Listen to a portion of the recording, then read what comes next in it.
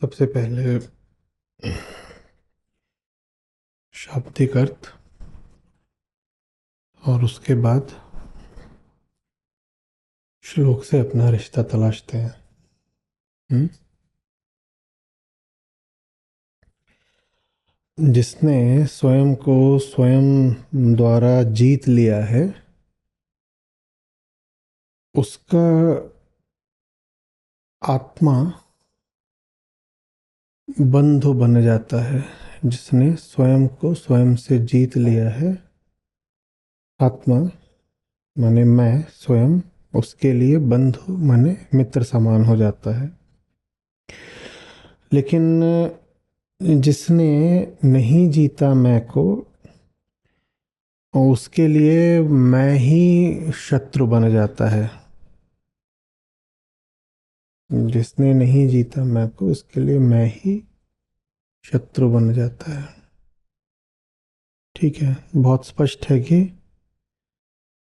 दो मैं है, दो आत्म हैं, उनकी बात हो रही है। बहुत स्पष्ट है कि दो भीतरी केंद्र हैं। इसी आधार पर श्लोक खड़ा हुआ है। मैं द्वारा मैं को जीतना, मैं ही मैं का शत्रु है, मैं ही मैं का मित्र है। जो मैं से मैं को न जीते वह बंधन में रह जाता है। पिछले श्लोक में भी यही बात थी और आज भी यही बात है। दो मैं हैं, दो मैं हैं। ठीक है, तो ये तो श्लोक की बात हो गई। अब अपनी बात करते हैं। हमारे लिए दो मैं हैं क्या? हमारे लिए एक ही है, क्योंकि श्लोक तक पहुंचने के लिए प्रवेश स्वयं में करना पड़ता है। और श्लोक की भी इच्छा यही है कि आप अपने भीतर प्रवेश करें। अपने भीतर नहीं देखोगे तो श्लोक का जो बस शाब्दिक या सतही अर्थ होगा उस तक ही पहुंच पाओगे। ठीक है, श्लोक ने तो कह दिया कि दो मैं हैं, पर जब हम अपने जीवन में देखते हैं तो हम तो नहीं कहते कि दो मैं हैं। ऐसा होता है क्या? है ना? शैक्षणिक माहौल में या किसी ग्रंथ के सामने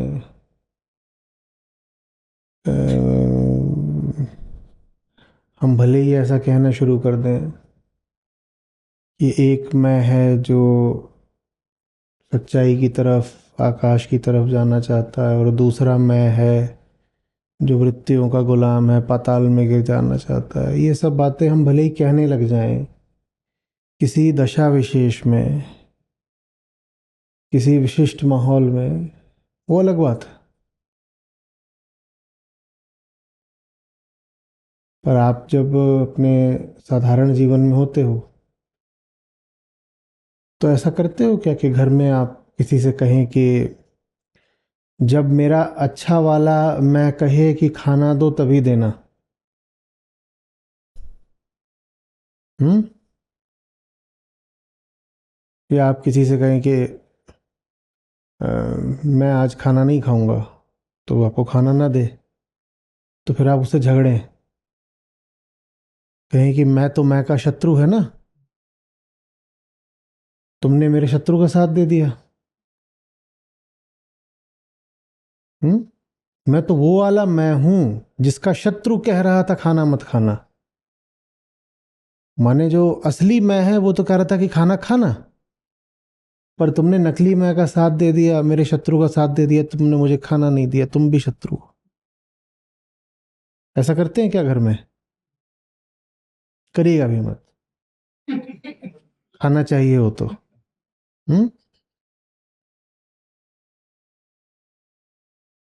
वैसे ही इल्जाम लगते रहते हैं कि दो गले हो, दो मुंहे सांप जैसे हो। सुना ना, घर में कौन से मुंह से बोला था? एक बात बोली, उस पर टिक नहीं पाए, अब ये एक मैं, दो मैं, पांच मैं, और शुरू मत कर दीजिएगा। तो हमारे देखे हमारे लेखे तो एक ही मैं है, वो हम है, वो हम है। फिर ये दूसरे की क्या बात हो रही है? जिसने मैं को मैं द्वारा जीत लिया है, शुरुआत ही यहाँ से होती है, जिसने मैं को मैं द्वारा जीत लिया है।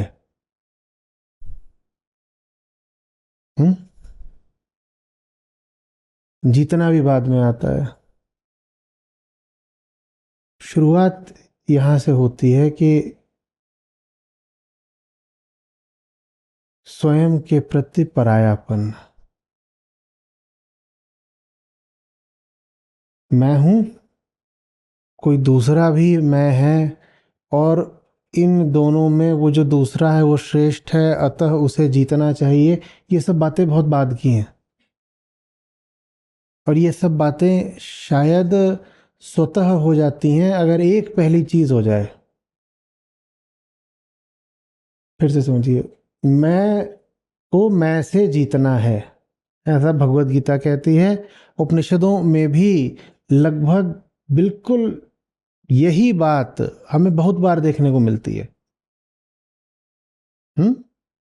अद्वैत वेदांत की विशिष्टता ही यही है कि वो द्वैत को खारिज नहीं करता, वो द्वैत को अपने में समेट लेता है। देखो यहाँ पे दो मैं खड़े कर दिए तो सीधे सीधे क्या है? द्वैत है, द्वैत है, हाँ? और ये जो श्लोक है ये अद्वैत वेदांत का एक प्रमुख श्लोक है, और इसमें बात हो रही है दो मैं की। तो शुरुआत दो से हो रही है और अंत में उनको एक कर देना होता है, क्योंकि जो दूसरा है उसको पहले के अधीन होना है। जो दूसरा मैं है उसे पहले के अधीन हो जाना, यही अद्वैत है। लेकिन शुरुआत तो द्वैत से ही होती है। चलो ठीक है, हम मैं को जानते हैं, मैं को मैं से जीतना है। इसका मतलब सबसे पहले तो ये संभावना स्वीकार करनी पड़ेगी कि मैं जो हूं उसके अतिरिक्त भी कोई हो सकता है। मैं जो हूं मैं उसके अतिरिक्त भी कुछ हो सकता हूं। उनमें लड़ाई बाद में होती रहेगी, श्रेष्ठ कौन है बाद में देखते रहेंगे, जीत हार किसकी होगी ये सब भी बाद में आएगा। पर क्या ये जो बात है ये शुरू भी होने पाएगी अगर मैं कह दूं एक ही मैं है? मैं कृष्ण के सामने खड़ा हो जाऊं तन करके, बिल्कुल एक ही मैं है, ये रहा।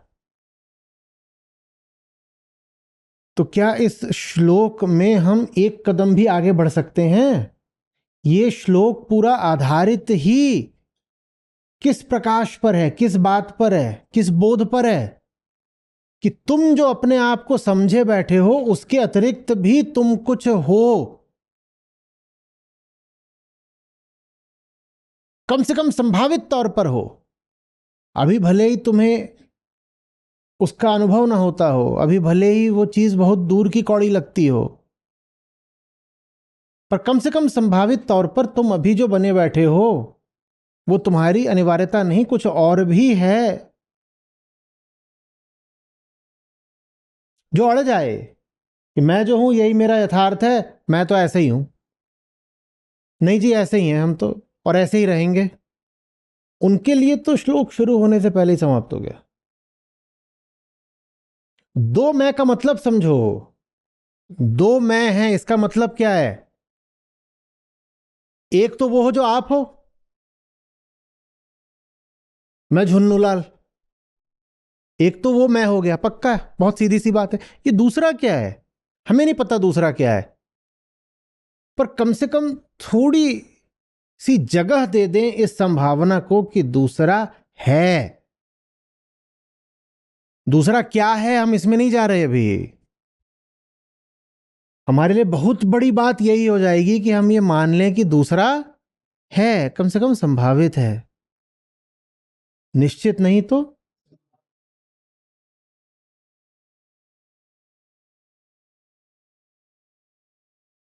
और दूसरा यदि संभावित है तो जो अभी बने बैठे हो इसके प्रति फिर थोड़ा परायापन होना जरूरी है, इसके प्रति थोड़ी कड़ी नजर होनी जरूरी है, निर्ममता होनी जरूरी है।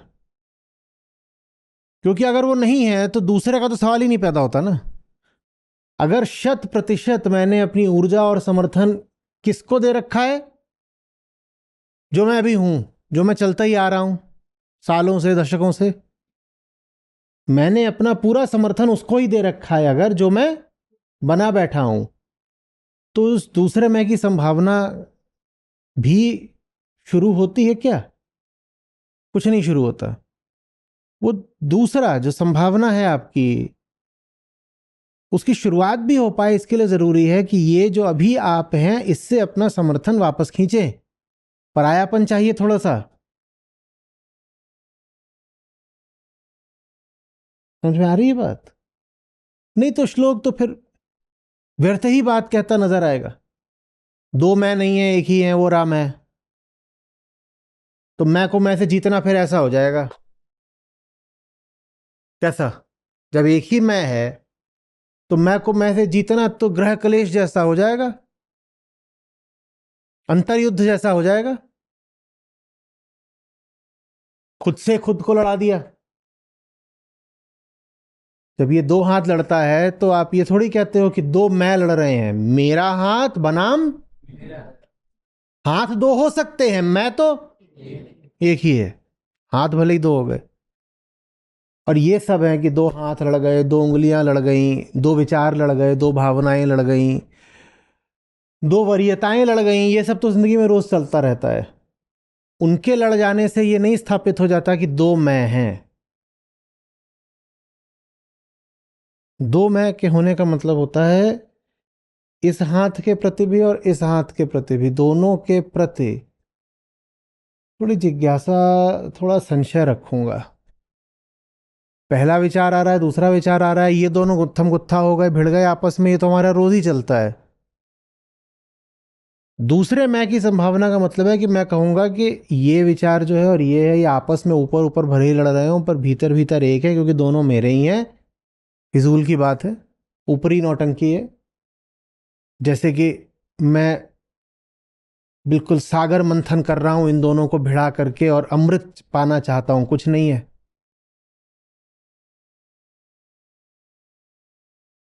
दुनिया को और स्वयं को बेवकूफ बना रहा हूं ये दिखा के जैसे मैं खोजी हूं, जैसे सच झूठ का प्रतिकार कर रहा है। ना ना ना, ये सच झूठ का प्रतिकार नहीं कर रहा। ये झूठ नीला, झूठ लड़ गया पीले से। ये झूठ के ही दो रंग हैं जो आपस में द्वंद्व कर रहे हैं। ये है मैं से परायापन। मैं से परायापन,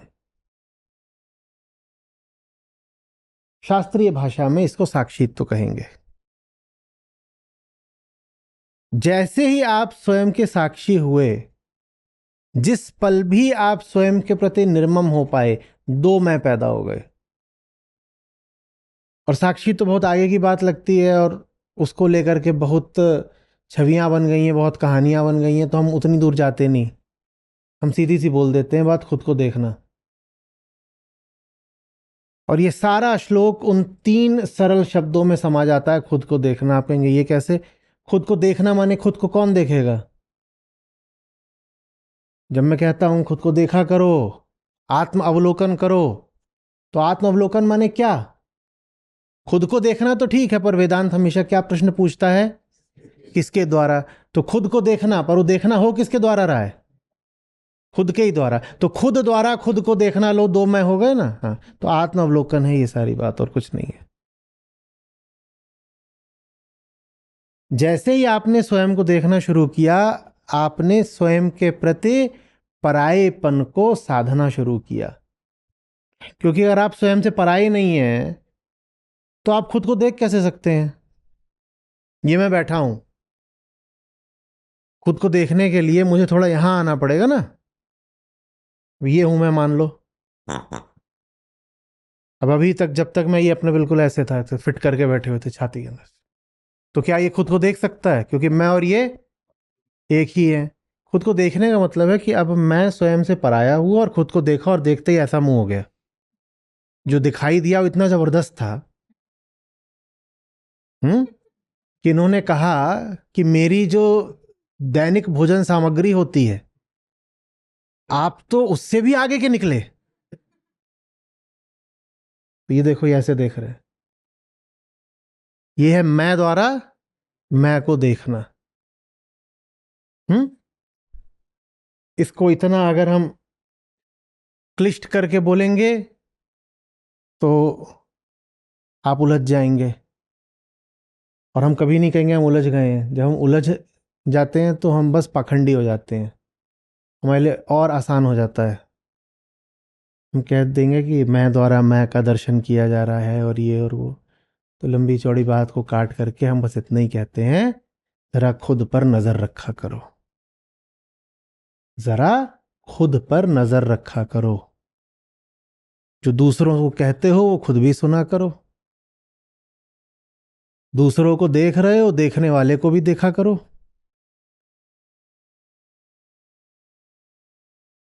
किसी को छू रहे हो, थोड़ा छूने वाले को भी छू के देखना, मैला सा तो नहीं है। जा रहे हो किसी बहुत निर्मल चीज का स्पर्श करने या आकर्षक चीज का स्पर्श करने, जिसको छू रहे हो वो तो सुकोमल सुंदर सुगंधित हो सकता है, पर जो छू रहा है जरा उसको छुओ। हैं?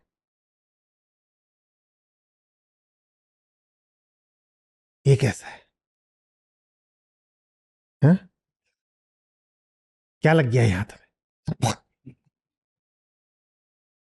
छूने वाले को भी छू के देखो। छुई जा रही वस्तु को तो सब छू लेते हैं, देखने वाले को भी देखो। सिर्फ देखने का काम तो पागल भी कर लेते हैं। आपका खोपड़ा बिल्कुल खुल जाए, किसी ने मार दिया हथौड़ा, ठीक है, तो ऐसा थोड़ी है कि दिखना बंद हो जाएगा। पागलों को क्या दिखता नहीं? मूर्खों को क्या दिखता नहीं? मंदबुद्धियों को क्या दिखता नहीं? जिनके ऊपर कोई आवेग चढ़ा हो उन्हें क्या दिखता नहीं? देखने का काम सब कर लेते हैं, देखने वाले को देखने का काम करो तो जाने।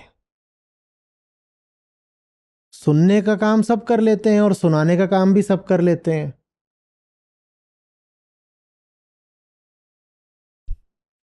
देखो कि कौन सुन रहा है तो जाने। हम्म। जो बात दूसरों को सुना रहे हो वो खुद भी सुन पाओ तो जाने। ये होता है स्वयं से परायापन।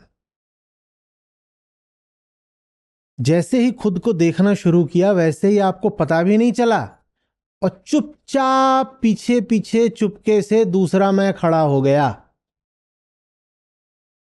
पहला मैं था कर्ता और दूसरा मैं है दृष्टा।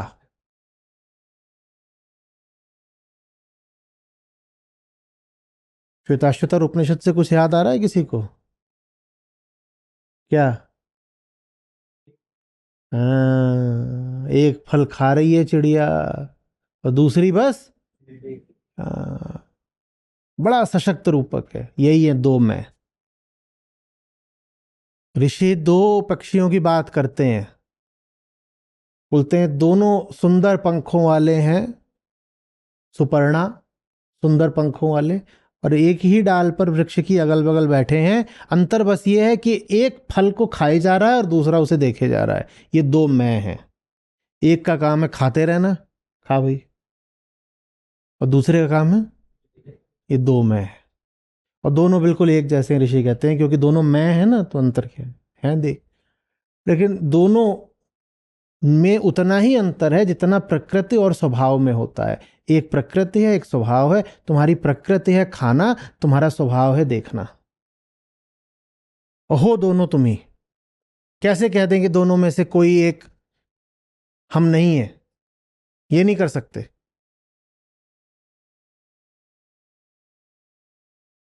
दो हैं तभी तो बंधन है। दोनों में से अगर कोई भी एक पूरी तरह हो जाओ तो सब बंधन मिट जाएंगे। अगर पूरी तरह खाने वाले ही हो जाओ, कुछ होश ही ना रहे, तो भी अब कोई समस्या नहीं। जड़ हो गए पूरी तरह से, कोई समस्या नहीं बची, प्रकृतिस्थ हो गए एकदम। और पूरी तरह देखने वाले हो जाओ तो भी कोई समस्या नहीं बची, अब देह का कोई बंधन ही नहीं।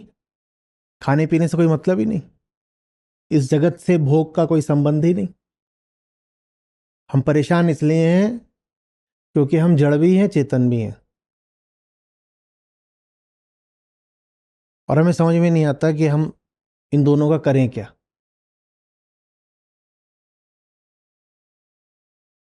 हम्म। कभी हम उन दोनों को बोलते हैं तुम दोनों खाओ, और कभी उन दोनों को बोलते हैं तुम दोनों देखो। नहीं, सूत्र जीवन का यह है कि खाने वाले की प्रकृति है खाना, उसे खाने दो, व्याघात मत करो। और देखने वाले का स्वभाव है देखना, उसे देखने दो। आप दोनों हो, इसलिए शरीर को प्रकृतिस्थ होना चाहिए और आपको आत्मस्थ। शरीर की प्रकृति क्या है? संसार के साथ लिप्त होना व्यवहार में, क्योंकि मिट्टी से उठा शरीर है ना। शरीर माने संसार ही है, वो संसार के साथ व्यवहार नहीं करेगा तो क्या करेगा? अब शरीर को रोकोगे कि संसार के साथ व्यवहार ना करे, ये बहुत पागलों का काम है, और बहुत पागल ऐसा करते हैं, और फिर वो बड़ी इज्जत पाते हैं समाज में। वो कहते हैं नहीं, शरीर नहीं है, आत्मा है, ये मेरी कुहनी नहीं है, ये ब्रह्म है। और ब्रह्म तो निर्लिप्त निरपेक्ष होता है, तो बच्चा तुम्हारा संसार से कोई संबंध नहीं होना चाहिए। अरे भाई, आत्मा का नहीं होता ना कोई संबंध, शरीर का तो होगा। शरीर तो संसार ही है, ये ब्रह्मांड ही शरीर बन जाता है। मिट्टी ही तो आम बन जाती है, ये आम कहीं आसमान से टपकता है? तो जब मिट्टी ही आम बनती है तो आम का मिट्टी के साथ व्यवहार कैसे नहीं होगा? होगा ना, होगा ना। तो कुछ पागल क्या करते हैं कि शरीर को हम अब दुनिया के साथ कोई व्यवहार नहीं करने देंगे, और वो व्यवहार रोका तो जा नहीं सकता, तो आप फिर क्या करोगे? झूठ बोलोगे, पाखंड करोगे। बाबा जी बोलेंगे मैं सांस ही नहीं लेता, और डॉक्टरों ने 20 साल पहले मुझे मुर्दा घोषित कर दिया, क्योंकि जो सांस नहीं लेता उनके हिसाब से तो मर चुका है। डॉक्टरों ने 20 साल पहले बोल दिया था ये मुर्दा है क्योंकि सांस ही नहीं लेता, पर मुझे देखो, भगवत कृपा, मैं आज भी जिंदा हूं बिना सांस लिए। शरीर सांस लेगा, हवा चले मिट्टी ना उड़े, संभव है क्या? ये मिट्टी है, ये संसार के साथ व्यवहार करेगी। हम्म। बारिश हो और पत्ती पर बूंद पड़े और पत्ती ना नाचे, संभव है क्या? पत्ती है, वो बारिश में नाचेगी। तुमने कोई अपराध नहीं कर दिया, अगर बारिश हो रही थी नाच लिए थोड़ा सा तो। बात आ रही है समझ में? शरीर तो प्रकृतिस्थ ही रहेगा। उपनिषद में ऋषि ने नहीं कहा कि दो पक्षी हैं और दोनों बैठ के बस क्या कर रहे हैं? घूर रहे हैं दुनिया को, पूरे ब्रह्मांड को घूर रहे हैं। नहीं, एक खा रहा है, एक देख रहा है। और यही बात ईशावास्य उपनिषद भी कहता है, जब क्या कहता है? तेन त्यक्तेन भुंजी था। भोग तो है पर त्याग के साथ, त्यागते हुए भोग है। दो मैं हैं, एक की प्रकृति है व्यवहार करना, और दूसरे की प्रकृति है अवलोकन करना, देखना। बात आ रही है समझ में? जैसे ही खुद को देखना शुरू किया, वैसे ही दूसरा मैं खड़ा होता है। सिर्फ तभी खड़ा होता है, नहीं तो फिर वो दूसरा होते हुए भी नहीं होता, होते हुए भी नहीं होता। अहंकार जैसे और जिस हद तक और जितनी निर्लिप्तता और निर्ममता के साथ अपना साक्षी हो जाता है, उसी हद तक आप उसको कह सकते हो कि आत्मा हो गया। समझिए सूत्र को। अहंकार जिस निर्ममता के साथ, जिस सीमा तक अपना साक्षी हो जाता है, उस सीमा तक आप कह सकते हो कि आत्ममुखी हुआ जाता है, आत्मस्थ हुआ जाता है। खुद को देखना ही सब कुछ है। यही है वेदांत, जो बार बार आपसे कहा करता हूं, देखो। आंतरिक ईमानदारी, मैं खुद को देख रहा हूं, बस। उसके आगे जो होता है अपने आप हो जाता है।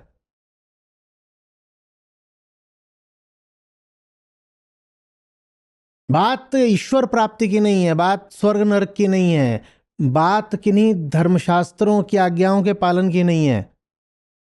बात बहुत सीधी सी है, गरिमा के साथ जीता हूं, खुद को बेवकूफ नहीं बनाऊंगा। जैसे मुझे बुरा लगता है कोई और आकर मुझे ठग ले, मुझे और ज्यादा बुरा लगता है जब मैं खुद को ठग लेता हूं। यही है। मैं अपना न्याय स्वयं कर डालूंगा। अब बताओ, संसार मेरा न्यायाधीश कैसे बनेगा?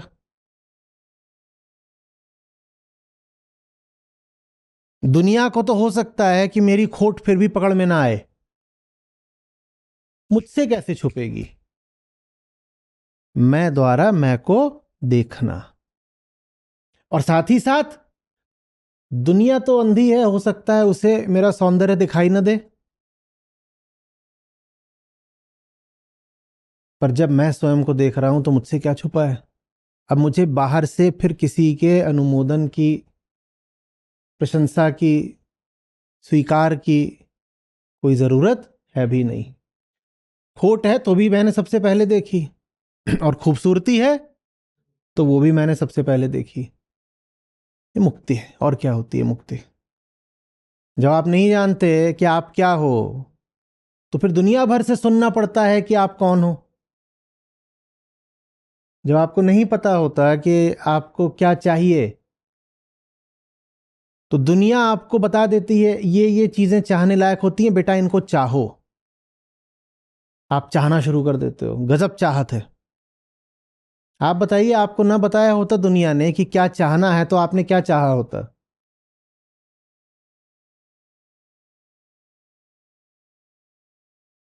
आपको दुनिया ने ना बताया होता क्या चाहना है, तो आपने क्या चाहा होता? कुछ नहीं चाहा होता। खाना भी पेट ने बताया, पेट दुनिया है। आप नहीं पेट हो, दुनिया पेट है।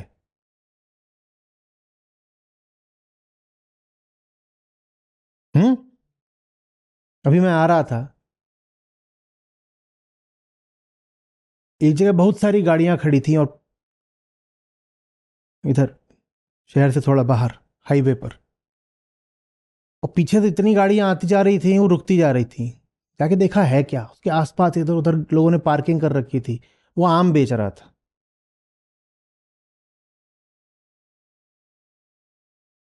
लोगों को नहीं पता उन्हें क्या चाहिए, तो उन्होंने देखा कि बहुत सारे लोग आम खरीद रहे हैं, तो शायद आम चाहना चाहिए। आपको तो पता ही नहीं आपको क्या चाहिए, तो आपको बता दिया जाता है कि ये सब चीजें हैं, इनको चाहा करो। और जो कुछ बहुत सारे लोग चाहें वो तो जरूर चाहो। तो अगर किसी ठेले पे भीड़ है तो वहां भीड़ और बढ़ जाएगी। किसी दुकान में कोई ना हो, आप 5 लोगों को लेकर चले जाइए, वहां 50 लोग आ जाएंगे। देखा है? मुझे बड़ी समस्या हो जाती है। मैं कहीं जाता हूं बैठने के लिए, चाहे वो पार्क हो कि कैफे हो कि कुछ हो, मैं सबसे कोने की जगह खोजता हूं। अब पूरा जो होगा वो खाली पड़ा होगा। बड़ा सा एक हॉल हो सकता है, मान लीजिए कोई कैफे बड़ा सा, पूरा खाली पड़ा है, और कोने की एक सीट मैंने पकड़ ली। लोगों को पता ही नहीं उन्हें कहाँ बैठना है, तो देखते हैं वहां वो कोने में कोई बैठा हुआ है, जरूर वहां कुछ खास है, तो आके मेरे इर्द गिर्द की 2-3 सीटें घेर लेंगे। और ये हर बार का किस्सा है। लोगों को अद्भुत आश्चर्य है, पूरा का पूरा कैफे खाली पड़ा हुआ है, और मैं तुम्ही से बचने के लिए कोने में आके बैठा हूं, और तुम ठीक मेरे बगल में आकर बैठ गए। फिर मैं आंख दिखाऊंगा, गंदी गंदी शक्लें बनाऊंगा, तो भाग भी जाएंगे।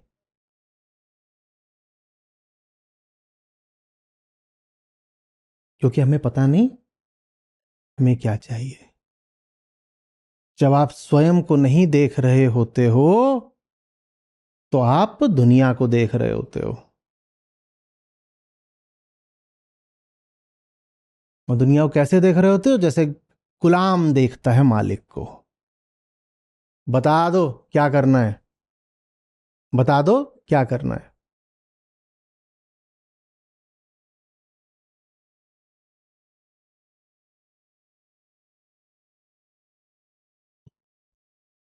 जो आपको स्वयं का नहीं पता होता, तो आपको इसी बात से बड़ी राहत मिलती है कि आप वही सब कुछ कर रहे हो जो सब लोग कर रहे हैं, क्योंकि आप तो जानते ही नहीं क्या करना है। तो बड़ा अच्छा सा लगता है कि चलो हम भीड़ के साथ हैं, वही कर रहे हैं जो सब लोग कर रहे हैं, तो हम गलत थोड़ी होंगे।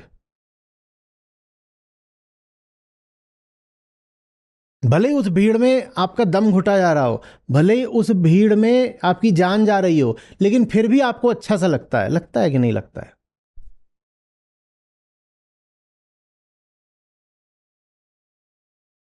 हुँ? बहुत पहले की बात है, ऋषिकेश के आगे एक झरना है, नीर झरना, जानते होंगे। तो ये तब की बात है जब वहाँ ऊपर जाने के लिए ठीक से सीढ़ियाँ वीढ़ियाँ नहीं थी। अब तो वहाँ बढ़िया बन गया है। तो 10-12 साल पहले की बात होगी। तो वहाँ से ऊपर से चढ़ चढ़ के वहाँ पर अपना सत्र लेकर के और झरने में नहा वहा के नीचे उतर रहे थे हम लोग। तो वहाँ नीचे गाड़ी आकर के रुकती है, उसमें से गृहस्थ उतरते हैं, 5, 10, 20 जितने भी रहे होंगे। तो एकदम छप गया मेरे मन पर। पूछते हैं कैसा है? मैंने कहा बढ़िया है। बोलते हैं नहीं, क्राउड कैसा है? मुझसे कुछ बोलते नहीं बना। मैंने कहा ये मुझसे बिल्कुल नहीं पूछ रहा है कि दृश्य कैसा है, शांति कैसी है, पानी कैसा है। इसने ये भी नहीं पूछा चढ़ाई कैसी है। क्या पूछा? क्राउड कैसा है। मैं बोल दूं क्राउड अच्छा है, ये कूद के चढ़ जाएगा। मैं बोल दूं कोई नहीं है, और था कोई नहीं।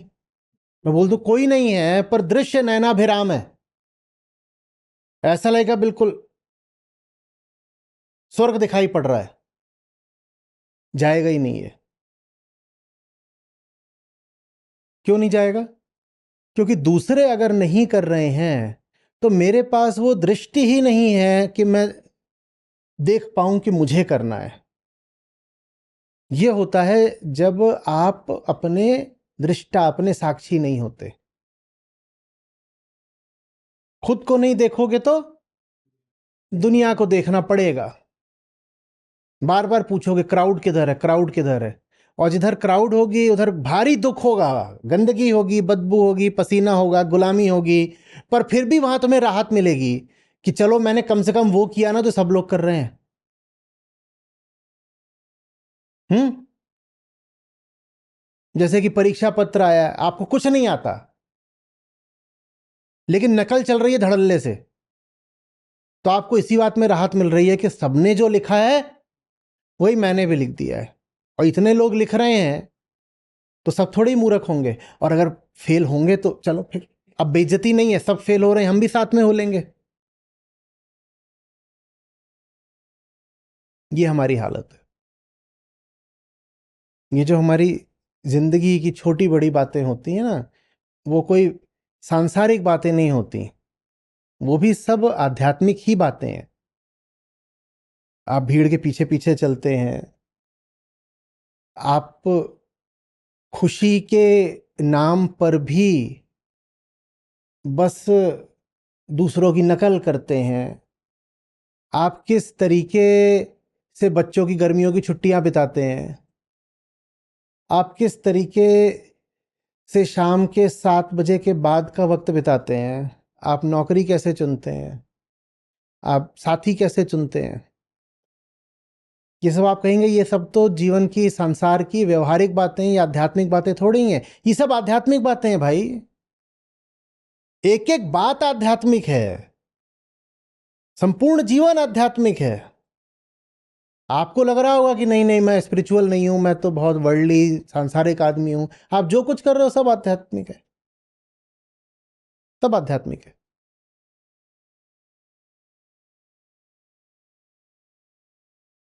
क्योंकि कर जो रहे हो वो तो अहम के लिए ही रहे हो ना, और अहम के लिए जो कुछ हो रहा है उसका संबंध अध्यात्म से ही तो है, और क्या है। अध्यात्म माने क्या होता है? अपने आप को और ज्यादा जानना, अपने आप को और ज्यादा जानना, यही अध्यात्म है। बाकी ये सब जो नौटंकी चलती रहती है उसे अध्यात्म नहीं बोलते।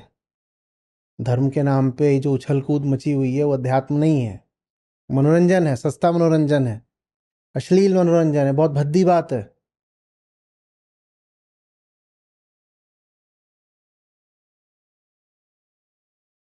समझ में आ रही है बात? ये जब मैं स्वयं को देख ही नहीं रहा तो मुझे कैसे पता कि मैं कौन हूं, मैं क्या करूं? नहीं पता चलेगा ना, बताओ, नहीं पता चलेगा ना। स्वयं को देखना ऐसा है जैसे आईने के सामने खड़े हो जाना। आईने के सामने खड़े हो जाऊं तो दिख जाएगा कि बाल वाल ठीक हैं या उड़ रहे हैं, या यहाँ पे नाक पे कोई ऐसे काला धब्बा ग्रीस वीस तो नहीं लगी हुई, पता चल जाएगा ना। ये होता है स्वयं को देखना। और अगर आईना नहीं देख पा रहा हूं तो बाल ठीक है, बताओ ना, ठीक है? तुम बोलो नहीं ठीक है। समझ में आ रही बात? जो खुद को नहीं देखता उसे दूसरों को देखना पड़ता है। और इन्होंने बोल दिया ऐसे, ये क्या पीछे को कर रखा है, ऐसे रावण जैसे लगते हो, इंसान की तरह रहो, ऐसे बीच में से मांग काट लो, कुछ कर लो। उन्होंने बोला आप तो धार्मिक आदमी है, उस तरह तेज करूं, पूरा साफ कर दो, भटकता रहूंगा, समझ में ही नहीं आएगा, मुझे तो पता ही नहीं मेरा क्या हिसाब है। और इन सारी बातों से मुक्ति मिल जाए अगर जिंदगी में आईना आ जाए। ये आईने में जो आपको देखता है ना, दूसरा मैं है। पहला मैं, उससे तो आप पीछा छुड़ा ही नहीं सकते। वो क्या है? वो जन्मगत है, वो प्रकृति है। दूसरा लेकिन आपके लिए तब पैदा होता है जिस क्षण आप अपने आप को देखने लगते हो। वो स्वभाव है, साक्षित्व तो स्वभाव है। सांसारिक व्यवहार प्रकृति है, वो करोगे आप। सांसारिक व्यवहार पर वर्जना इत्यादि मत लगाने लग जाना। सांस नहीं लेते, नहाते नहीं हैं, सोते नहीं हैं।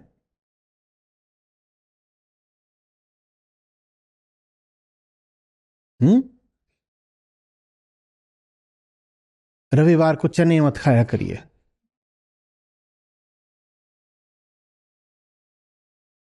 रविवार को चने मत खाए, ठीक है? शरीर को शरीर का काम करने दो। तो तुम्हारा क्या काम है? हमारा काम है जानना। कैसे जाना जाता है? देख के। उससे क्या होगा? शरीर को बिल्कुल आवारा हो जाने दें? नहीं, अगर उसे देख रहे हो तो वो तुम्हारी किसी परिभाषा में नहीं बैठेगा, न सदाचार की न दुराचार की। वो सहज हो जाएगा, न सदाचारी बनेगा न दुराचारी बनेगा, वो सहज हो जाएगा। वो सहजता तुम्हारी सब परिभाषाओं से बाहर की बात है। दुराचार भी परिभाषागत होता है, ऐसा ऐसा कर रहा है तो दुराचार, ये शरीर से ऐसे ऐसे काम करता है, छी छी गंदा। और सदाचार भी परिभाषागत होता है, ऐसे ऐसे काम करता है तो सदाचारी, वो अच्छा हो गया। जब आप स्वयं के दृष्टा हो तो जादू ये होता है कि जो होता है फिर शरीर द्वारा वो भी सहज होता है। क्योंकि अब शरीर को, और शरीर में अहंकार भी शामिल है जिसको देखा जा रहा है, अब उसको किसी और का अनुगमन करने की जरूरत नहीं पड़ती। एकमात्र पाप होता है दूसरे का अनुगमन।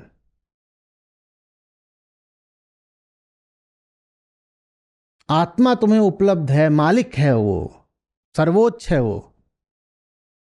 और जो सर्वोच्च है उसको हमने नाम दिया, ये भारत की प्रतिभा देखिए, जो सर्वोच्च है उसको हमने नाम दिया मैं, आत्मा। जो सर्वोच्च है वो तुम हो, उसके बाद तुम किसी का अनुगमन करो तो इससे बड़ा क्या पाप हो सकता है? वेदांत ने कहा इससे बड़ा पाप नहीं है कि तुम किसी के भी पीछे चल रहे हो, और जिनके पीछे चला जाता है वो दो होते हैं बस, एक भीतरी प्रकृति, एक बाहरी प्रकृति। भीतरी बाहरी भी इसलिए कर रहे हैं क्योंकि मैं की दीवार खड़ी हो जाती है ना। मैं बोलता है कि ये सीमा रेखा है, इसके इधर कुछ अलग है, उसके उधर कुछ अलग है, इसके इधर हम है, उसके उधर संसार है।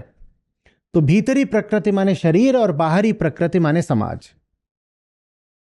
भीतरी प्रकृति माने शरीर और बाहरी प्रकृति माने समाज। यही पाप है, और कोई पाप नहीं होता। इन दो का अनुगमन कर लेना, अनुगमन माने क्या होता है? पीछे पीछे चलना,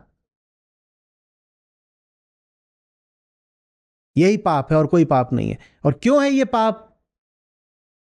क्योंकि भीतर बैठा है बाप। क्या नाम है उसका? आत्मा। आत्मा माने वो वाली आत्मा नहीं।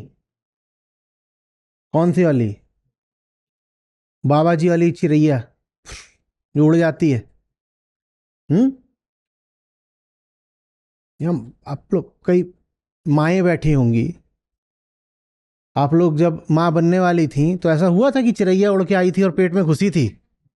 कुछ ऐसा हुआ था क्या? अरे जब घुसी नहीं थी तो बाहर कहां से निकलेगी? तो आत्मा वो नहीं होती है। जब मैं आत्मा बोलता हूं तो जो जो नए नए लोग आए होते हैं गीता समागम में, उनको लगता देखा आ गया लाइन पर, मानता ही नहीं था। ये वो तुम्हारी वाली आत्मा की बात नहीं हो रही है। ये दर्शन शास्त्र है। तुमने आत्मा शब्द को घोर विकृत कर लिया है। आत्मा माने मैं, और मैं माने ये व्यक्ति नहीं है।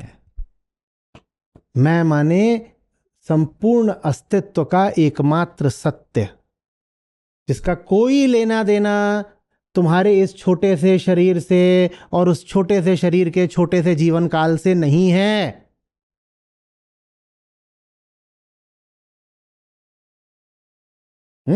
आत्मा को जब हम कहते हैं कि उसका हमारे शरीर से कोई लेना देना नहीं, तो इसका मतलब क्या होता है? इसका मतलब ये होता है कि तुम में और अस्तित्व में जो तुमने सीमा बना रखी है, जो भेद खड़ा कर रखा है, वो झूठा है। लोक धर्म की आत्मा क्या है? जो इस शरीर में कैद है। तो कितनी बड़ी हो गई वो? बहुत छोटी सी चीज हो गई। और आत्मा अगर शरीर में कैद है तो जो बाहर है वो वहां पे तो आत्मा है नहीं। तो ये खंड हो गया, ये द्वैत खड़ा कर दिया।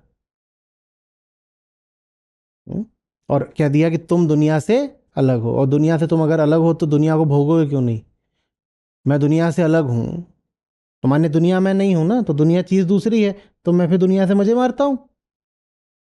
अगर कुछ पराया है, अगर कुछ पराया है तो नैतिकता हटा दो, तो उसको भोगने में या उसको नष्ट भी कर देने में क्या बुराई हो गई? तो फिर तो क्लाइमेट चेंज इसीलिए। समझ में आ रही ना बात? तुम सोचते हो आत्मा कोई व्यक्तिगत बात होती है। मेरी आत्मा, माय सोल, मेरी रूह।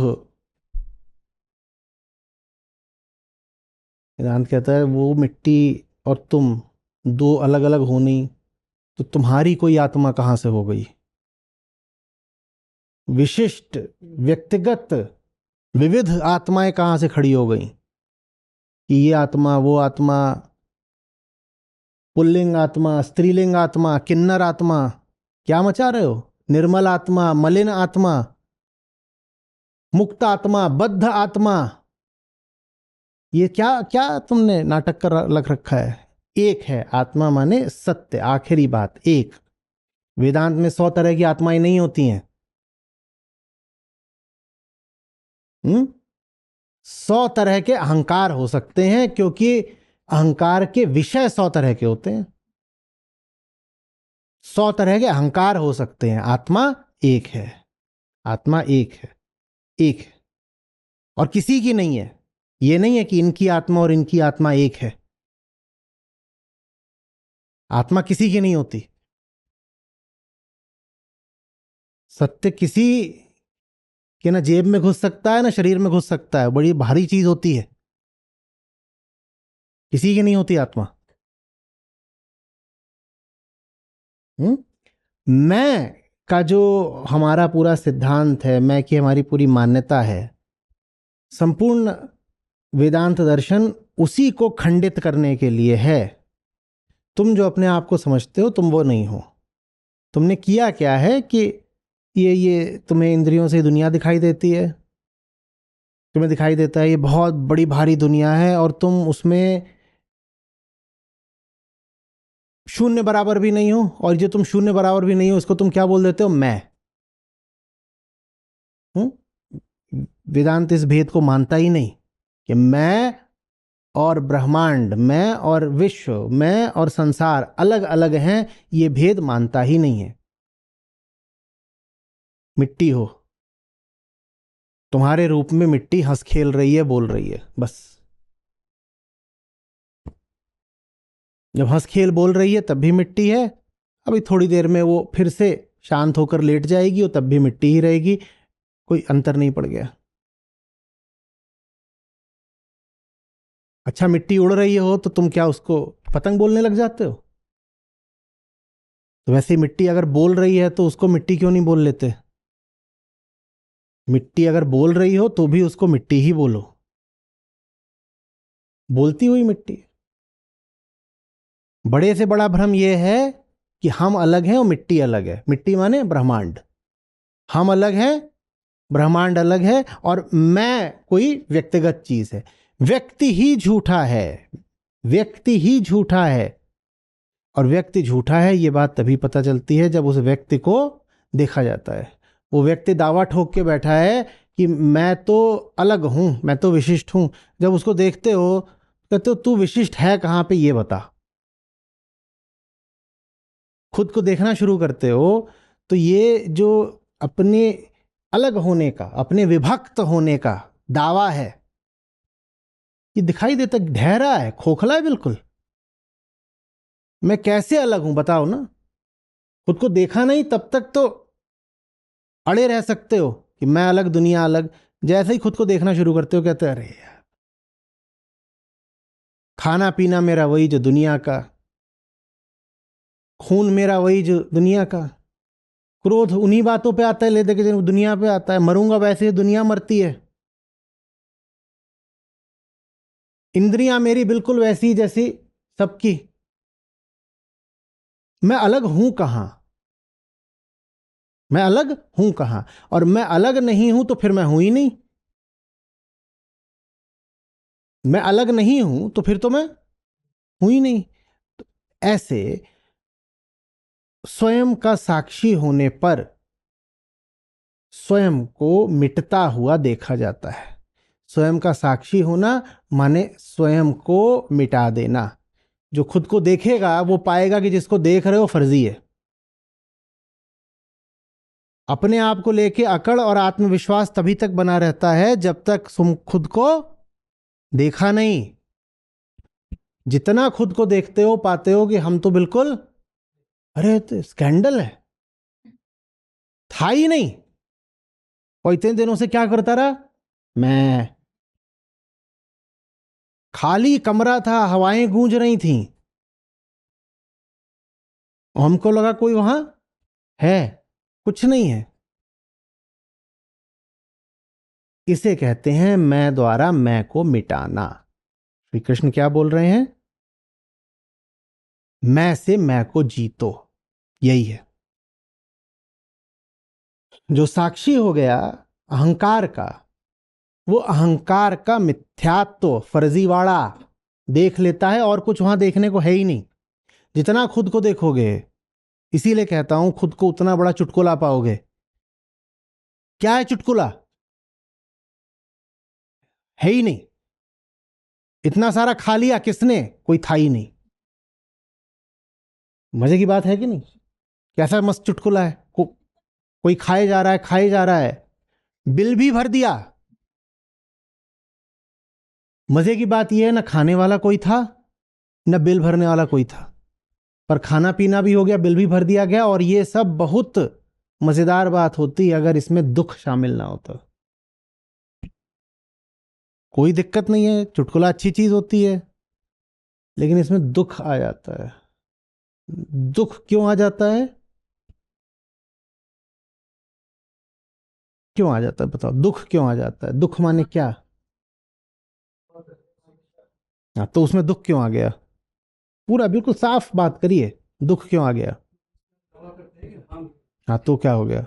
उससे क्या हो गया? दावा कुछ भी कर लो, तुम्हारी शर्ट मेरी है तो।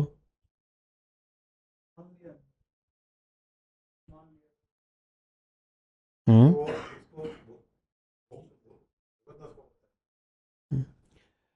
जो कह रहा है मैं हूं, हम्म, वो कह रहा है मैं हूं। ये जो हूं है ना, हूं, अस्ति, अस्मि, मैं हूं, अस्मिता, अस्मि, ये बहुत बड़ी बात होती है। होना। जो बोल रहा है मैं हूं, वो चीज है बहुत छोटी, नकली, और दावा है उसका बहुत। हाँ, तो दुख इसलिए होता है क्योंकि कभी भी तुम उस दावे जितने बड़े नहीं हो पाते, तुम्हारा वो दावा कभी खरा नहीं उतर सकता। तुम बोल तो रहे हो मैं हूं, लेकिन हर पल ये आशंका लगी हुई है कि कैसे अपनी रक्षा करूं। अगर तुम सचमुच हो तो प्रमाणित करने में क्यों लगे हुए हो कि तुम कुछ हो? कोई आदमी देखा है दुनिया में जो प्रमाणित करने में लगा हो, ना लगा हो कि हम भी कुछ हैं? अजी हमें आपने क्या, हम भी कुछ हैं। तुम्हें क्यों खतरा हो जाता है? कोई बोल देता है तुम कुछ नहीं हो, क्यों खतरा हो जाता है? यही दुख है। जो बोल रहा है मैं हूं, वो स्वयं को लेकर आश्वस्त नहीं है, क्योंकि वो स्वयं को, बोलो बोलो बोलो, जानता ही नहीं, जानता ही नहीं। बहुत जोर से कोई दावा करो फर्जी, और उस दावे में निवेशित हो जाओ पूरे तरीके से।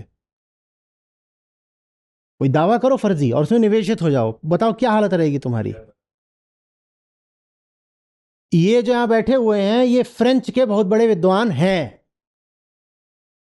बोलो मैं फ्रेंच का विद्वान, बोलो।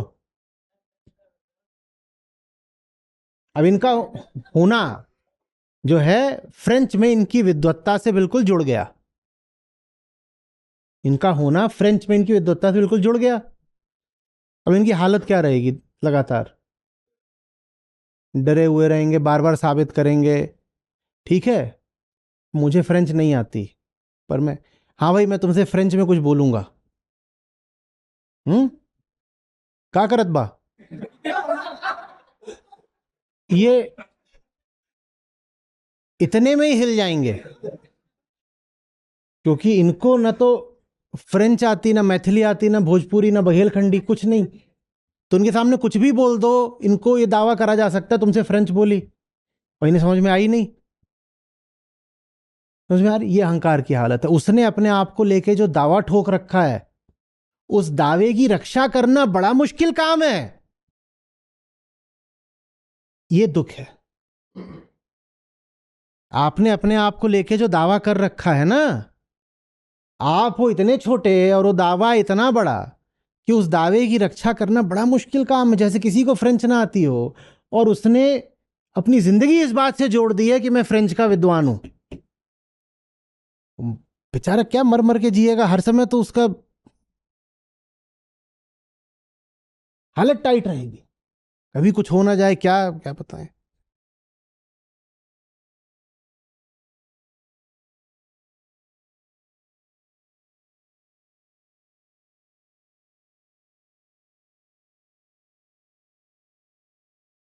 ये जाएंगे वहां बैठेंगे, इन्हें वो आके बोलेगा कि मेन्यू में फ्रेंच टोस्ट है, ये इतने में कांप जाएंगे।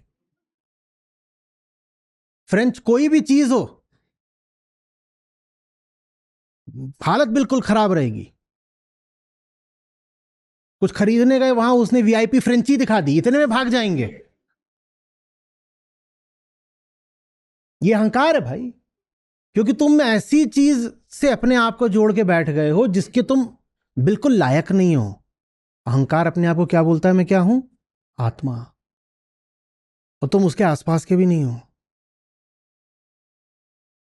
तो पूरी फिर जिंदगी ही सकपकाहट में बीतती है। चाहे फ्रेंच टोस्ट हो चाहे फ्रेंच किस,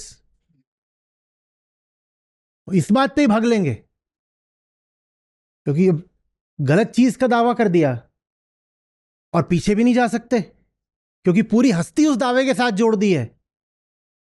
ये नहीं है कि मुझे फ्रेंच आती है, मैं फ्रेंच का विद्वान हूं। पूरा तादाद में है, आइडेंटिफिकेशन है, मैं हूं। तुम्हारे भीतर कोई बैठा है जिसको मैं बोलते हो, जिसने बहुत गलत दावा कर दिया है और उसको ये पता भी नहीं है कि उसने बहुत गलत दावा कर दिया है। उसका दावा है कि उसकी हस्ती है, और ये दावा कितना खोखला है ये पता तभी चलता है जब देखो। बोलो अच्छा तेरी हस्ती है ना, देख ले, थोड़ा सा देख ले। हाँ, तो देखो तो बोलता हस्ती है कहां, तू बता। मुझे तुझ में और हवा में कोई भिन्नता नजर नहीं आती। मुझे तुझ में और तेरे पड़ोसी में कोई अंतर नहीं दिखाई देता। मुझे तुझ में और तेरे पुरखों में कोई अंतर नहीं दिखाई देता। मुझे तुझ में और केंचुए में कोई अंतर नहीं दिखाई देता। जब मामला इतना एक सा है तो तू है कहां। यह है मैं द्वारा मैं को जीतना। कर्ता और साक्षी जब दोनों हो जाते हैं तो आप साक्षी हो गए, शरीर कर्ता हो गया। रहे दोनों अभी भी। श्री कृष्ण कहते हैं ना, ऐसा तो कभी हो ही नहीं सकता कि प्रकृति में कर्म रुक जाएं, क्रियाएं रुक जाएं, तो रहेगा। लेकिन ये जो दो मैं थे, इनमें से आपने अपनी सही जगह पकड़ ली और बाकी शरीर ने अपनी सही जगह पकड़ ली। आप आत्मस्थ हो गए, शरीर प्रकृतिस्थ हो गया। दोनों ने अपनी अपनी सही जगह पकड़ ली।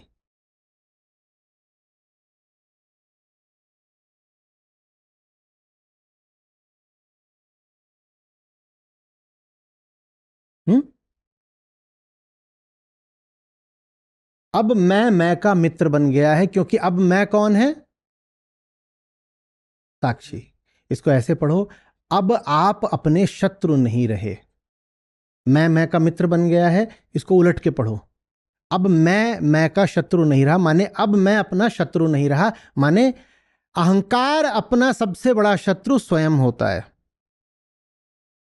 अहंकार माने दुख, और उस दुख को वो खुद ही अपने ऊपर थोपता है। क्या करके, दावा करके।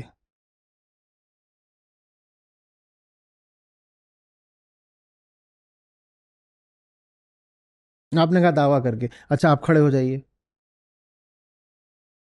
समझना क्या बात है। आपका कद कितना है, ठीक है। चलिए दावा करिए आप 5'12" है, माने 6 फीट के हैं। करिए, 6 फीट में बड़ा मजा आता है, मैं 6 फुटिया हूं। करिए करिए, 6 फुट का हूं, ठीक है।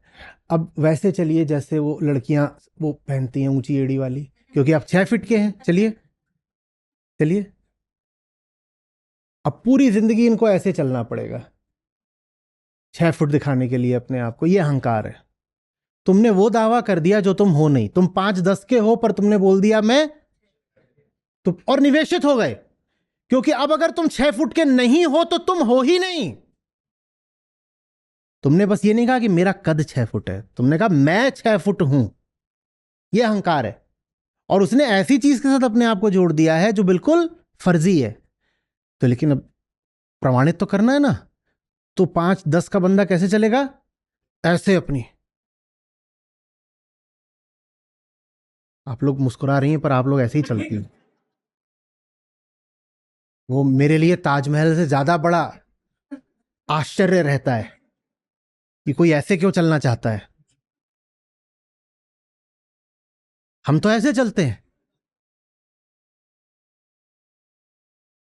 ऐसे कोई कुछ,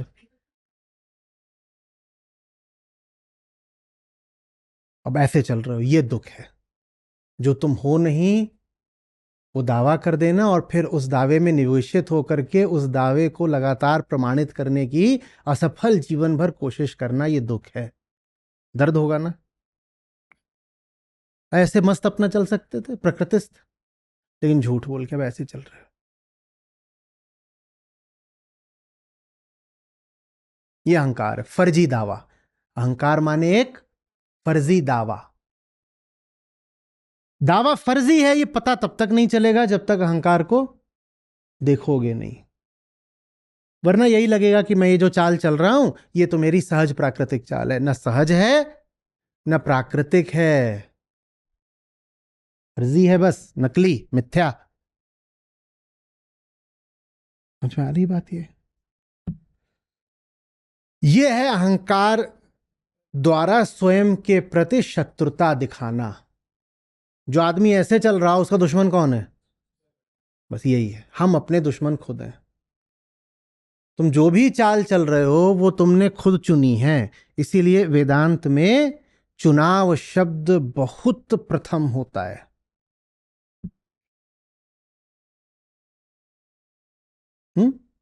लहर में आऊं तो मैं ये भी बोल दूं कि आत्मा से ज्यादा महत्व चुनाव का है,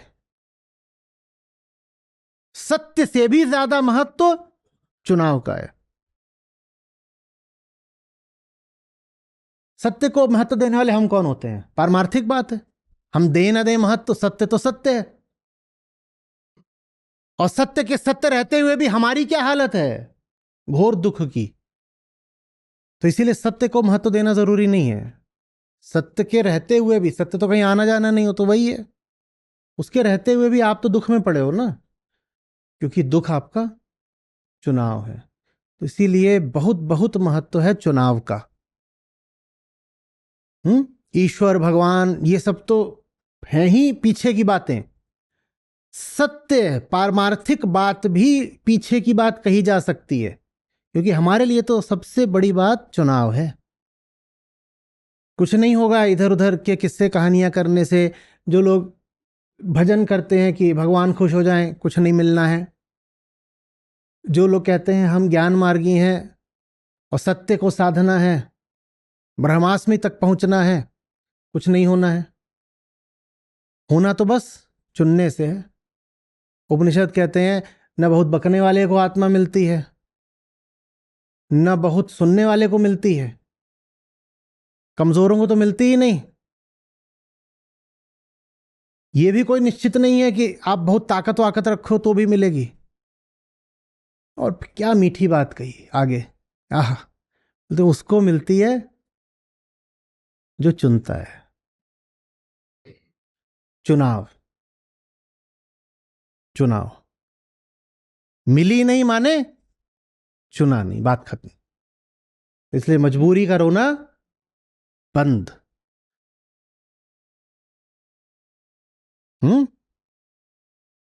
मुक्त नहीं है क्योंकि बंधन चुने हैं। मुक्ति से प्यार होता तो मुक्त होते।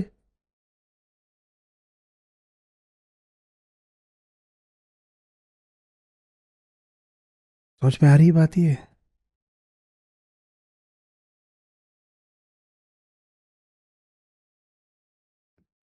प्रथम चुनाव क्या है?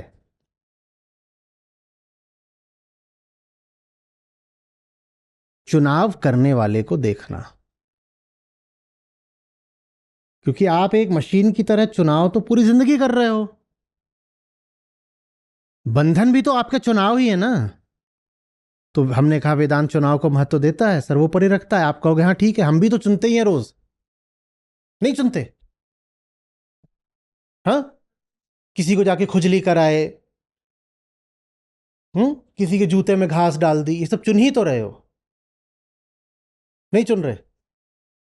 अभी इतने लोग सो गए होंगे बीच में, ये चुन ही तो रहे हैं। तो देखा वेदांत चुनाव को महत्व देता है।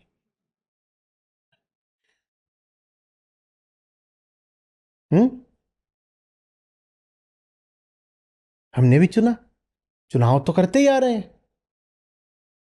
एक गाना आया था, सुन साहिबा सुन प्यार की धुन, मैंने तुझे चुन लिया तू भी मुझे चुन चुन चुन चुन चुन चुन चुन चुन। इतना चुनते हो, चुन चुन चुन चुन चुन चुन चुन चुन चुन करती आई चिड़िया।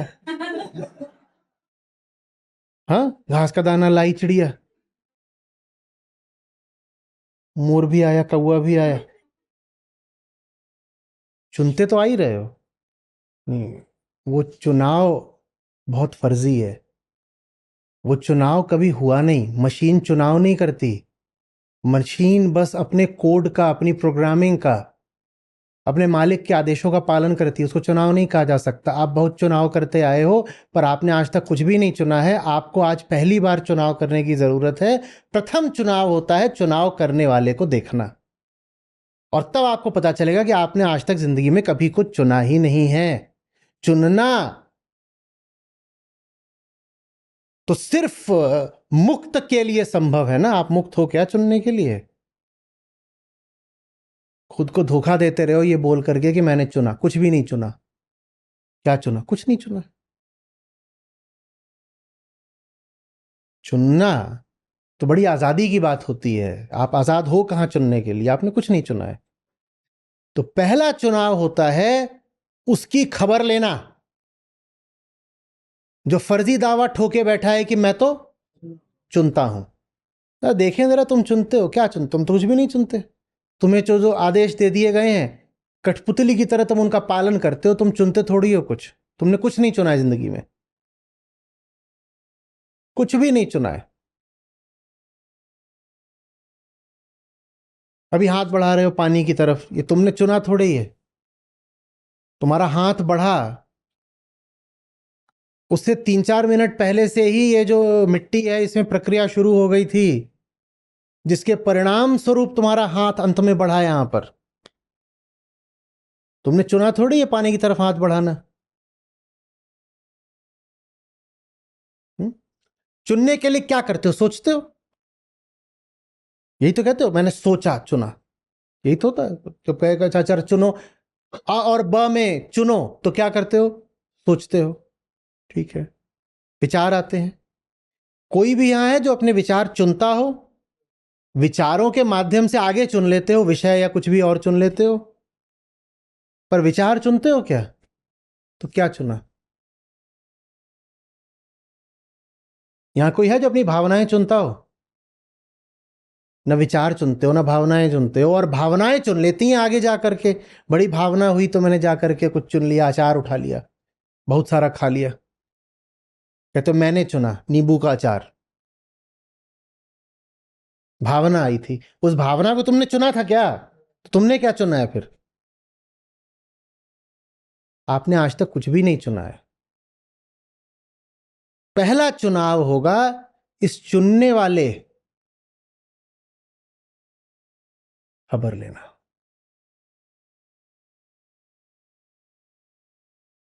हम्म।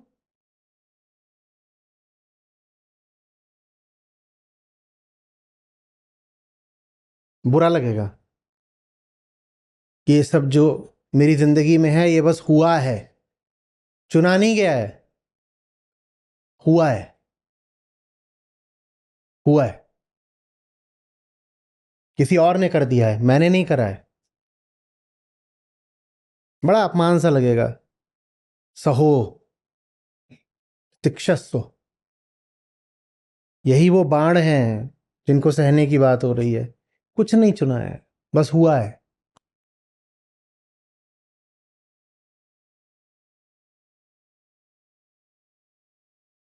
मुझ में आ रही बात? जब चुना जाता है स्वयं को देखना, ये पहला चुनाव है, तो फिर हमारे लिए साक्षी पैदा होता है। शब्दों का फेर है। साक्षी तो आत्मा है, आत्मा आजाद होती है, पैदा नहीं होती। पर हमारे लिए तो तभी पैदा होती है।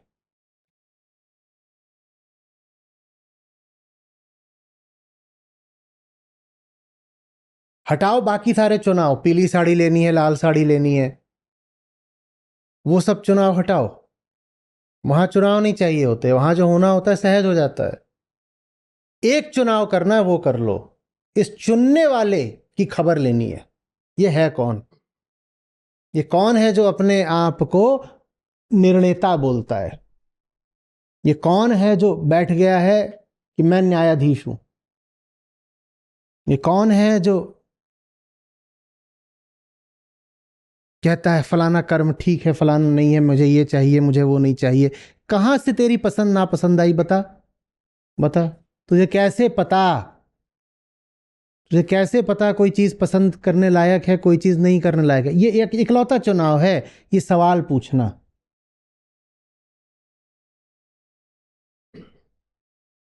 पर हम चुनाव शब्द का, जिसका गहरा संबंध आजादी से है, हम चुनाव शब्द का बड़ा सतही इस्तेमाल करते हैं। हम क्या कहते हैं कि मेरी आजादी इसमें है कि मैं चुनाव कर पाऊं।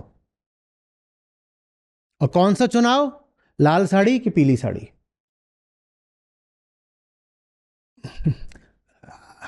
लाल साड़ी पीली साड़ी में भी आप वही चुनोगे जो चुनने के लिए बाहरी प्रकृति और भीतरी प्रकृति आपको प्रेरित कर रहे होंगे।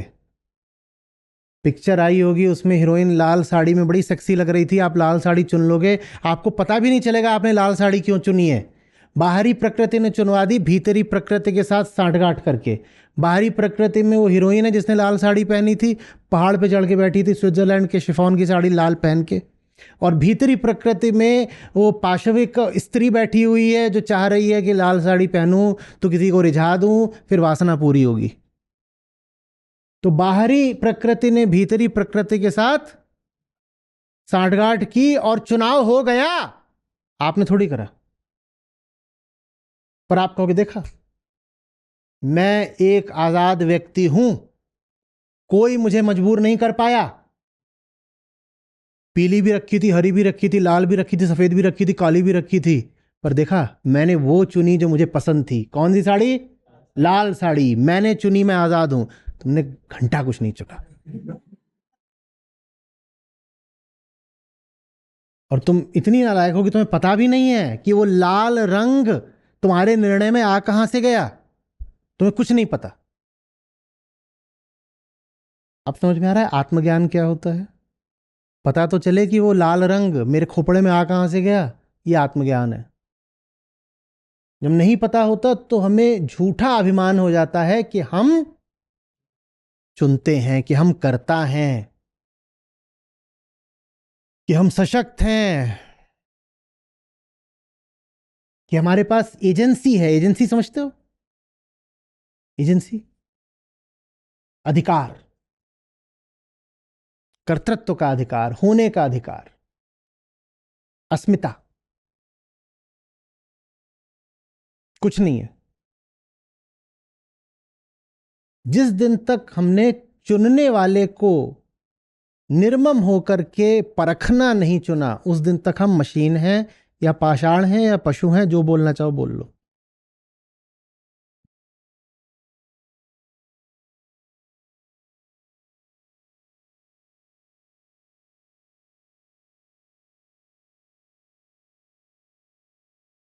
जिसने मैं को नहीं जीता उसका मैं शत्रुवत रहता है, शत्रु समान व्यवहार करता है। कौन सा मैं? अहंकार। अहंकार अपना शत्रु स्वयं है, क्योंकि अहंकार माने ही दुख। अहंकार माने एक झूठा दावा जिसे कभी प्रमाणित नहीं किया जा सकता, अतः जिसको और ज्यादा प्रमाणित करने की जरूरत उम्र भर रहेगी।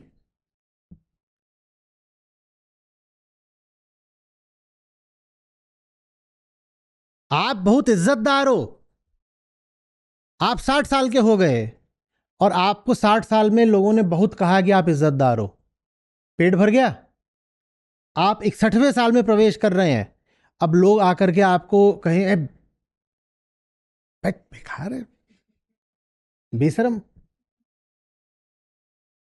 60 साल, 60 साल में भी प्रमाणित हो पाया था आप इज्जतदार हो? 60 साल तक लोगों ने आपको इज्जत दी, अब तक तो प्रमाणित हो जाना चाहिए था ना, पक्का हो जाना चाहिए था, डन एंड डस्टेड हो जाना चाहिए था, पूरा पक्का ठप्पा लग जाना चाहिए था कि आप इज्जतदार। 61वें साल में इधर उधर से 3-4 आकर के बोल गए हैं, नालायक, गाली, कुछ भी अपने सोच लो। पूरी नहीं पड़ी थी 60 साल में जो इज्जत मिली थी, क्योंकि आप एक ऐसी चीज प्रमाणित करना चाह रहे हो जो प्रमाणित करी जा नहीं सकती। ये दुख है। आप कुछ ऐसा चाह रहे हो जिसको जीवन भर आपको बस चाहना ही पड़ेगा, जीवन भर चाहने के बाद भी वो ना मिल पाएगा ना सिद्ध हो पाएगा, ये दुख है। अहंकार माने दुख। जिनको नहीं मिली इज्जत वो तो दुखी है ही, जिनको मिल गई है वो और दुखी होंगे। 60 साल तक इज्जत बहुत मिली थी, 61वें साल में जब छिन जाए तो कैसा दुख होगा, बड़ा जबरदस्त। और जिसको बिल्कुल ही कभी नहीं मिली उसका तो फिर भी ठीक है, क्योंकि हम तो हैं ही लकड़बग्घे, जो आता है गरिया जाता है। अब तो यह है कि कोई आता है, उसके कुछ करे बिना कुछ कहे बिना हम सीधे उसे पिछवाड़ा दिखा देते हैं, ले मार जूता। उसका तो फिर भी कम बुरा हाल है, पर सोचो जिसने जीवन भर कुछ इकट्ठा करा उसका कितना बुरा हाल है। उसको पूरा तो नहीं ही पड़ा है जो आज तक इकट्ठा किया है, उसका जब 61वें साल में भी छिनता है, कैसे दिल पर आरी चलती है। बिल्कुल ये अहंकार है। उसे कुछ ऐसा चाहिए जो उसे मिल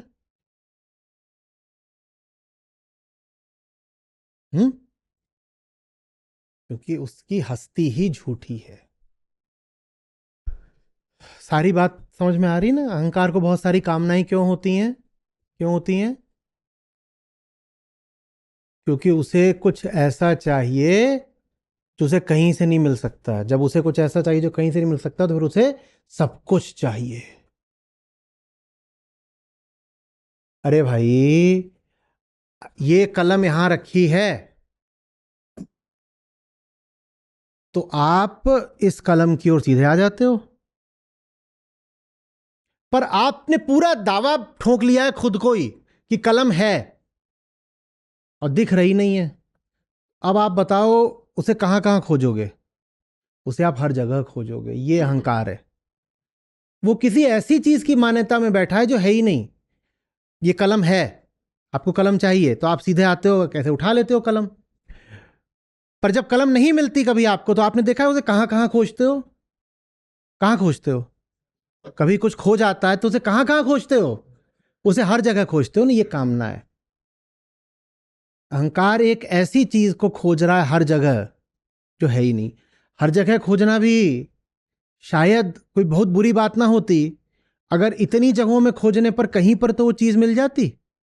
भाई आपकी कोई प्यारी चीज थी, अंगूठी वगैरह होती है, आप कहीं रख के भूल गए थे घर में, 6 घंटे तक घर में उथल पुथल कर दी, गद्दे तकिया अलमारी सब, दीवारें गिरा दी, पंखे नोच डाले, ये सब करने के बाद अंगूठी मिल गई, अपनी जेब में थी, कहीं कहीं कहीं भी थी। चलो कोई बात नहीं, सांत्वना, मिल तो गई। पर अहंकार क्या कर रहा है? उसने सपना पाल लिया है कि ये कलम है, और ये कलम है। अब उसके हिसाब से कलम और दिख रही नहीं है तो, पर ठीक वैसे जैसे अहंकार अपनी नजर में क्या है? इज्जतदार। इज्जतदार है तो, पर इज्जत कहीं दिख तो रही नहीं है। तो जब कलम है, पक्का है, पर दिख रही नहीं है, तो कहां कहां खोजी जाएगी? ये कामना है। हर जगह ऐसी चीज को तलाशना जो कहीं मिल नहीं सकती। इसीलिए अहंकार और कामना एक साथ चलते हैं।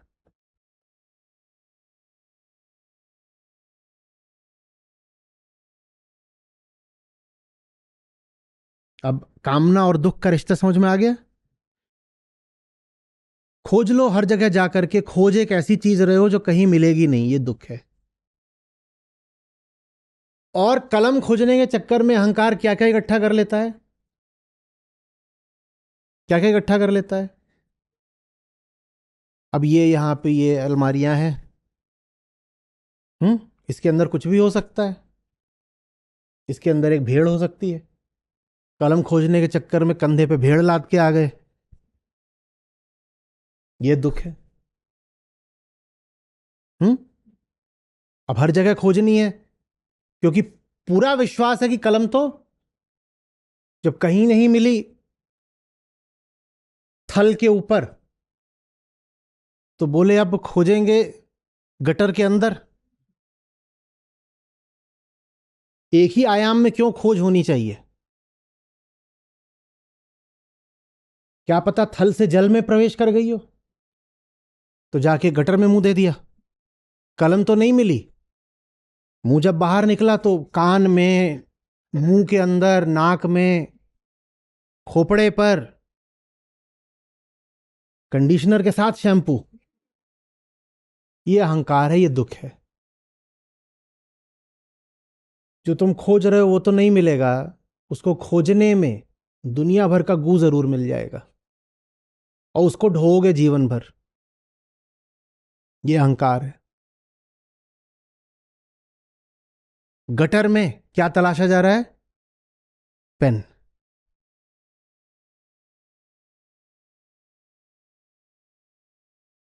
अब बताओ, अहंकार और पाखंड का क्या रिश्ता है? अहंकार और कामना का देख लिया, अहंकार और दुख का देख लिया, पाखंड का क्या रिश्ता है बताओ।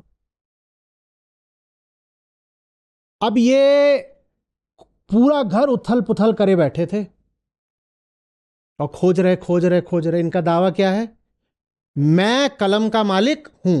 अहंकार ये कभी नहीं कहता चीज मेरी है, उसका हमेशा आइडेंटिफिकेशन होता है। आइडेंटिफिकेशन माने मैं ये हूं, तो मैं कलमकार हूं, मैं कलमबाज हूं, माने हस्ती ही जुड़ी हुई है उससे। तो अब पूरे घर में खोज खाज रहे थे, मिल तो कुछ रहा नहीं। तभी बाहर से दो चार लोग आ गए, और दो चार लोग वही हैं जिनके आगे बड़ा दावा ठोक रखा था कि मैं तो कलमबाज हूं। तो अब पाखंड शुरू होगा। क्या पाखंड शुरू होगा? पाखंड बताओ। ये भागेंगे रसोई में और वहां से उठाएंगे चमचा, उसको डालेंगे जेब में, और जेब में ऐसे बटन बंद करेंगे, और जो अंदर आएगा उसको बोलेंगे देखो कलम, देखो कलम। समझ में आ रही बात? तो अहंकार और पाखंड हमेशा साथ चलेंगे। पाखंड का मतलब होता है अपने आप को वो दिखाना जो तुम हो नहीं। ये पाखंड की परिभाषा है। तो जहां अहंकार है वहां पाखंड होगा ही होगा। और इससे अब ये भी बताओ कि पाखंड का एकमात्र इलाज क्या हो सकता है? आत्मज्ञान। और कोई बोले कि आत्मज्ञान तो व्यर्थ की बात है, तो अहंकार के साथ पाखंड तो साथ चलेगा ही। आत्मज्ञान पाखंड का इलाज था, आपने आत्मज्ञान को ठुकरा दिया, तो बचेगा क्या? पाखंड। तो लोक धर्म और पाखंड एक ही चीज है, क्योंकि लोक धर्म में आत्मज्ञान के लिए कोई जगह नहीं होती। वहां सब चलता, अंधभक्ति चलती है। अधिकांशतः लोक धर्म माने अंधभक्ति, जिसमें भक्त कहता है मैं सब कुछ देखूंगा बस स्वयं को नहीं देखूंगा। तो इसीलिए लोक धर्म और पाखंड बिल्कुल एक ही बात है। वहां अपने आप को हमेशा कुछ ऐसा दिखाया जाएगा जो तुम हो नहीं। उदाहरण के लिए, मैं आंख बंद करता हूं और कल्पना करता हूं और मेरे सामने ईश्वर आ जाते हैं। पाखंड। तुम अपने आप को वो दिखा रहे हो जो तुम हो नहीं। तुमने अपने आप को क्या दिखा दिया? कि मैं तो ईश्वर का सानिध्य प्राप्त कर चुका हूं, मुझे ज्यादा तो कुछ करना ही नहीं होता। क्या करना होता है? बस आंख बंद करनी होती है और खट से वो at my back and call, मैंने बटन दबाया और आ गए। समझ में आ रही बात? ये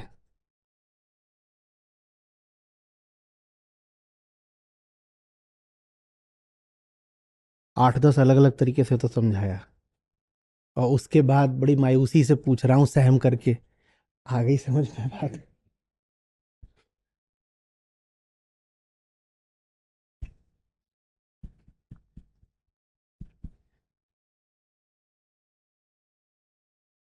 बहुत ऊंचा श्लोक है और बहुत बड़ा खतरा है। श्लोक की ऊंची काव्यात्मकता में ही खोकर रह जाओगे।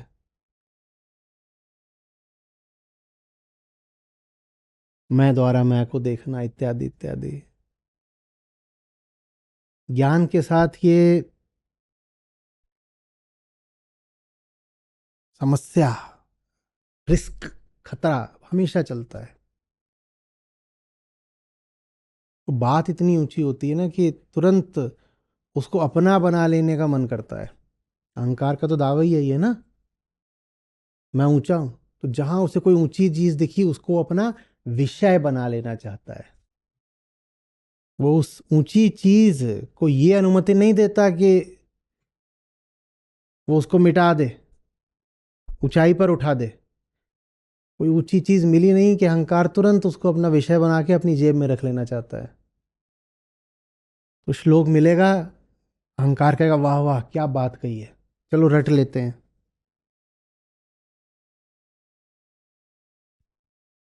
हम्म? मैं से मैं को देखो, जिसने मैं द्वारा मैं को जीत लिया उसका मैं अपना मित्र हो जाता है, जिसने मैं द्वारा मैं को नहीं जीता उसका मैं उसका शत्रु रहता है। मैं और मैं, वाह, मजा आ गया भाई, क्या बात कही है। खतरा है। दो मैं को छोड़ दो, एक को पकड़ो, उसको देखो, उसको देखना ही दूसरा मैं है। एक मैं है क्या, हमारी सच्चाई हमारी ईमानदारी तो ये है कि हम तो एक को ही जानते हैं। किसको? अहंकार को। हाँ, उसी को जान लो, उसी को जो जानने वाला है वो दूसरा मैं है। और जब जाना जाता है तो जिसको जान रहे हो अगर वो नकली है तो भस्म हो जाता है।